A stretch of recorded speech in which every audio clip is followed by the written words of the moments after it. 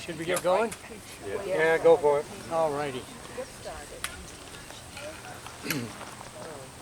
Good afternoon. Good afternoon. How nice to see you folks and have this opportunity to speak with you. I'm Frederick Augustus Pike.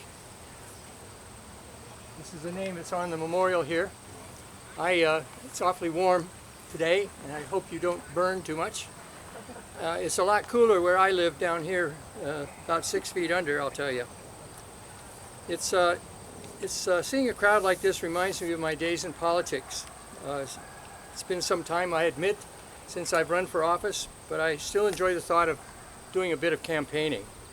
I understand this is an election year, so I'm sure you've been listening to all sorts of speeches to convince you to vote one way or another. But I assure you, I shall not persuade you to vote for anyone or anything. I'll simply take this opportunity to tell you a little bit about myself and my family, which has deep ties right here in the St. Croix Valley. In this current election year, we've seen that politicians can get in trouble speaking off the cuff, just a little bit of trouble. So I've prepared my remarks here. I'll begin with my father, William Pike. He was one of the earliest settlers in Calais.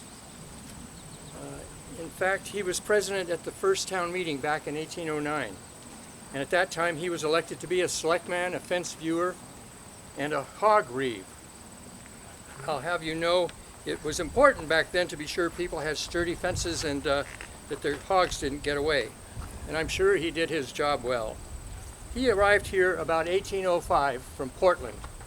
He was well educated, did very well as a businessman trading in lumber. Unfortunately, he died somewhat prematurely in 1818 while he was traveling to Eastport to celebrate the liberation of Moose Island from the British at the end of the War of 1812. I was only 2 at the time, so I'm afraid I have no clear recollection of my father, only my mother, Hannah, who was left with several children for which to care. These children included myself and my brother James. James Shepherd Pike grew up to be a very well known nationally, and he was very involved in the abolitionist movement.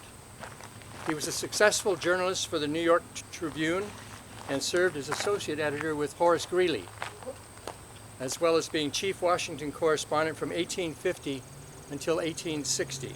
So he's very much in the national political scene during the years leading up to the American Civil War. Abraham Lincoln appointed him to be ambassador to the Netherlands, and that post he held from 1860 until 1866. Then he returned to journalism.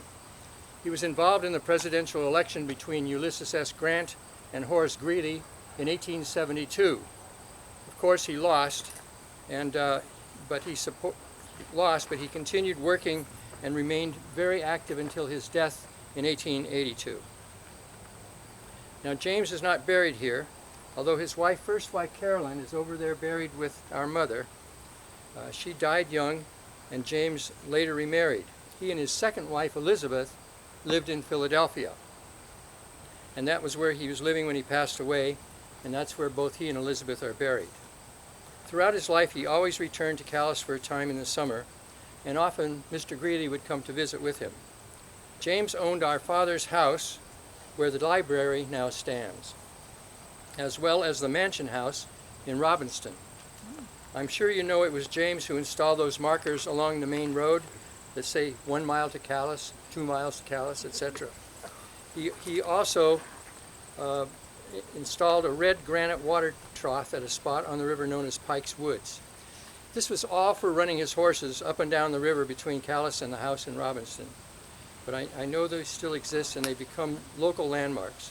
And to me, it's quite remarkable that they're still there after all this time. My own career was not quite as illustrious as my brother's, but I believe I led a busy and successful life. I was educated here in Calais until I was about 14, when I went over to East Machias to attend Washington Academy. This was during the years before the Calais Academy was started, so anyone desiring to continue his education had to be on grammar school usually went over to East Machias.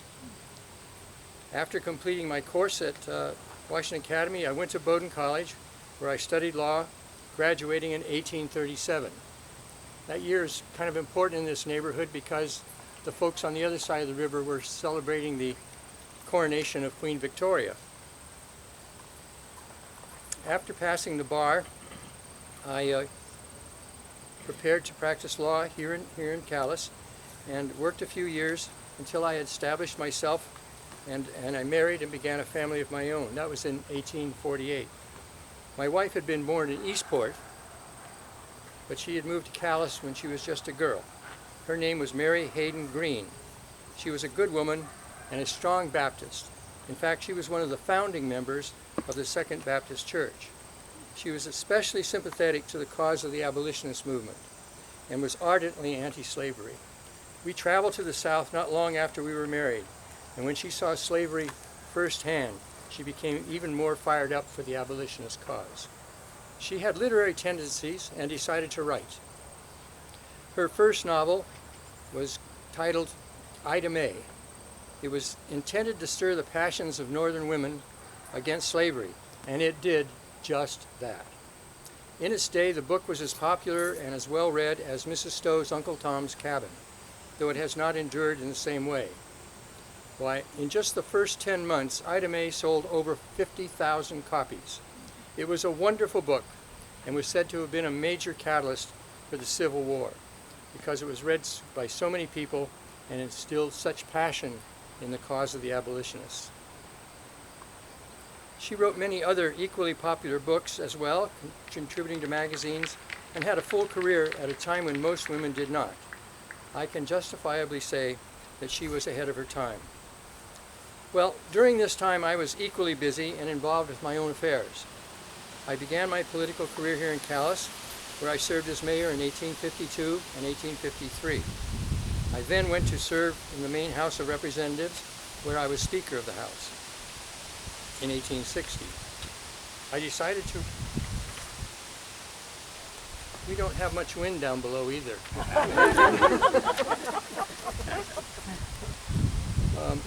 I decided to try for Congress in 1861, and I was elected and went to Washington, where I remained for 8 years.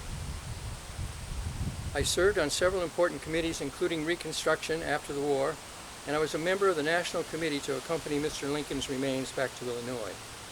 That was indeed a great honor and a privilege. Unfortunately, I did not win my bid for re-election in 1869, so Mary and I returned home, and I again went to serve in Augusta, after which I settled back down into practicing law here in my home city. Mary and I had lived in very many places, and we traveled extensively in both the United States and Europe, so it's time to enjoy our home, which we named Thorncroft. It was located on Main Street near to the Samuel Rideout House. We had owned a house on the other side of Main Street, which Mr. Asher Basford, who, if you were here last year, you probably heard him speak, Mr. Asher Bradford had built, but we sold that and moved into our new home, which we both enjoyed very, very much. I'm sorry to know that both these homes are no longer standing, and Mary would be greatly saddened, I'm sure. Still, this is progress and moving on of the world, and I expect we must move with it or just be left behind. I believe that before I leave you, I must mention the Calais Free Library. Both my brother James and I were instrumental in establishing that institution. You see, when James died in Philadelphia in 1882, he left his house at the end of Union Street, where the present library now stands, along with what was then a rather large sum of money, $5,000 to be exact.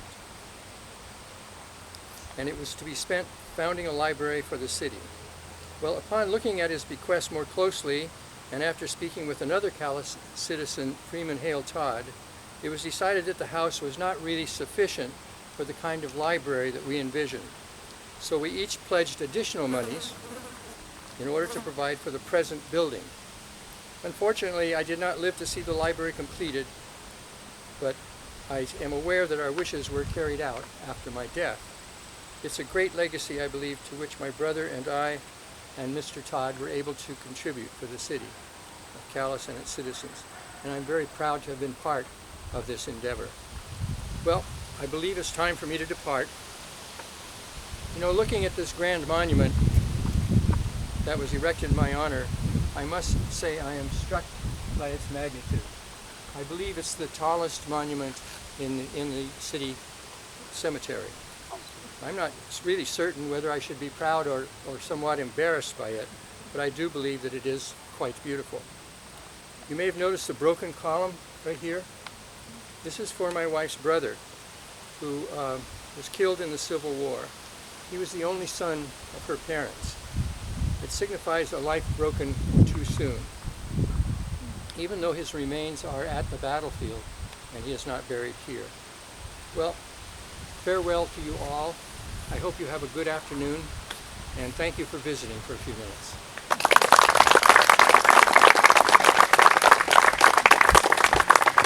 I think if you just carry on with your guide, he'll take you to the next